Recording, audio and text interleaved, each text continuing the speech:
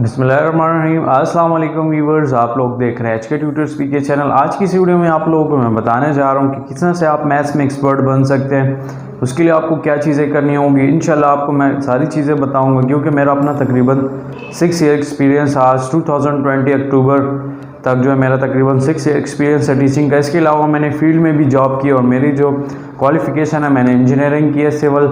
और इस तरह से जो है मैं इंशाल्लाह आपको जो है बिल्कुल 100% चीज़ें बताऊंगा, जिससे मैंने अपने 6 ईयर के कैरियर में अपने काफ़ी सारे जो स्टूडेंट्स जो वीक थे बहुत ज़्यादा, मतलब उनको कुछ भी नहीं आता था, बेसिक्स भी नहीं आती थी, लेकिन माशाल्लाह अभी उन्होंने काफ़ी कुछ मतलब बहुत ज़्यादा इम्प्रूवमेंट्स की हैं और अच्छे मार्क्स भी। क्योंकि मेरा कंसर्न मार्क्स के साथ नहीं, मैं आपको कह रहा हूँ कि आप कंसेप्ट बनाएं।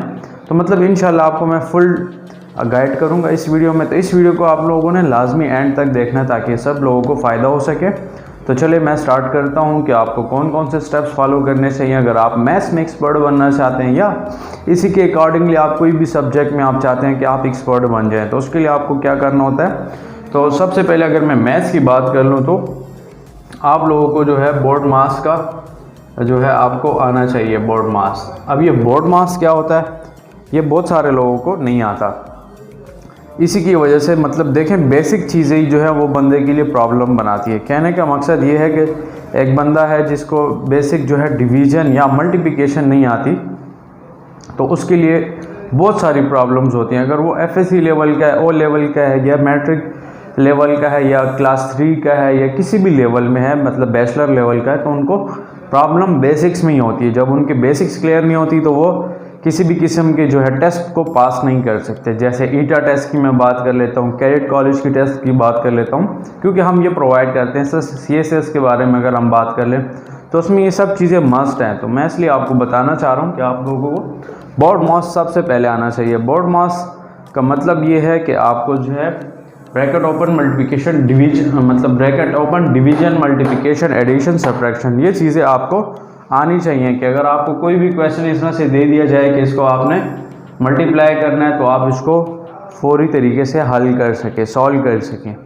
तो मतलब होपफुली आपको मेरी बात समझ आ रही है। इस तरह से अगर आपको मैं कहता हूँ कि ये कोई वैल्यू है और आपने इसको माइनस करना है, तो आपको ये भी आना चाहिए। मतलब ये सारा बोर्ड मास से रिलेटेड आपको मैं बता रहा हूँ। इस तरह से मैं आपको कहता हूँ कि ये इसको आपने डिवाइड करना है 3 पे, तो ये चीज़ें आनी चाहिए आपको। मतलब ब्रैकेट ओपन तो वो तो यहाँ तक हो गया, लेकिन इसको ज़्यादातर स्कूल में टीचर्स पढ़ाते हैं स्टूडेंट्स को कि डिमास, मतलब डिवीजन, मल्टीप्लिकेशन, एडिशन और सब्ट्रैक्शन। तो ये चीज़ें आपको आनी चाहिए। इस तरह से अगर आप प्लस की मैं बात कर लेता हूँ तो वो भी आपको आना चाहिए। तो इससे क्या आपको बहुत सारे फ़ायदे होते हैं।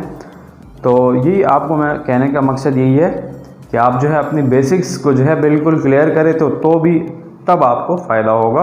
और ये ऐसा फ़ायदा होगा कि जो पूरी ज़िंदगी आपके लिए यूज़फुल होगा। ऐसा नहीं है कि भी आपने सीख लिया और आपने एग्ज़ाम में अच्छे मार्क्स ले लिए और उसका यूज़ नहीं होगा। तो ये एक ऐसा मैंने आपको टिप बताया जिससे आप अपनी लाइफ में 100% कामयाब हो सकते हैं। क्योंकि असल चीज़ कंसेप्ट है। अगर आपके कंसेप्ट क्लियर नहीं है तो फिर आप कुछ भी नहीं कर सकते। कंसेप्ट का मतलब ये है कि आपकी बुक में लेट सपोज जैसे यहाँ पे मैंने आपको बताया कि मेरे साथ जो है 36 है, ये सारा मैं रफ कर देता हूँ, आपको मैं समझा देता हूँ दोबारा से। जैसे लेट सपोज ज़्यादातर स्टूडेंट्स को समझ नहीं आती कि मैथ्स सीखे कैसे, तो वो हम प्रैक्टिस करके जो है प्रैक्टिस करके हम सीख सकते हैं। प्रैक्टिस आपके लिए मस्ट है।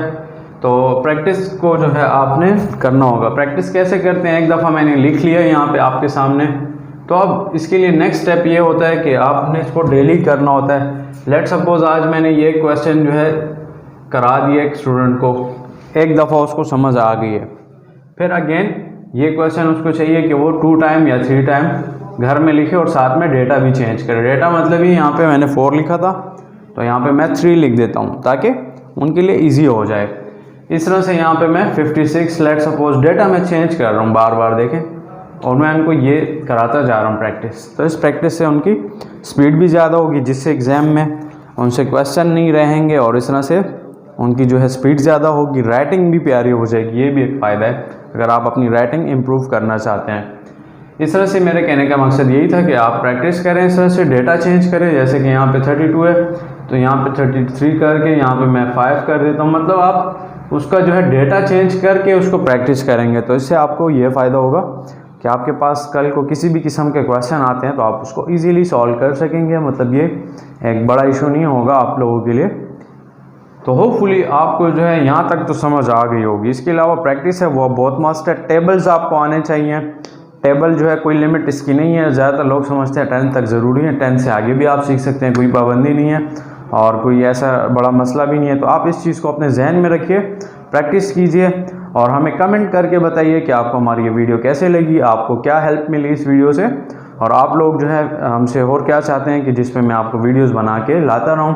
और ये मैंने आपको बिल्कुल प्रैक्टिकल चीज़ें बताई हैं, ऐसा नहीं है कि आपको मैं हवाई बातें करूं। मैं अपने एक्सपीरियंस के मुताबिक आपको ये चीज़ें बता रहा हूँ, क्योंकि बहुत सारे स्टूडेंट्स की यही प्रॉब्लम होता है कि उनकी जो बेसिक्स होती हैं वही क्लियर नहीं होती। जब आपकी बेस नहीं होगी तो फिर आप किसी भी लेवल पे आगे आप जा नहीं सकते, उसका मतलब आपको कुछ भी फ़ायदा नहीं होता। तो होपफुली आपको समझ आ गई होगी कि मैंने जो ट्रिक्स बताई हैं, तो इंशाल्लाह ये आपकी लाइफ में आपके लिए बहुत ज़्यादा फ़ायदेमंद होंगी। Finally thank you so much for watching. Allah हाफिज़।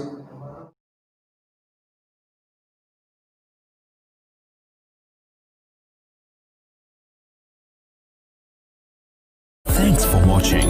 Don't forget to like, comment, share and subscribe.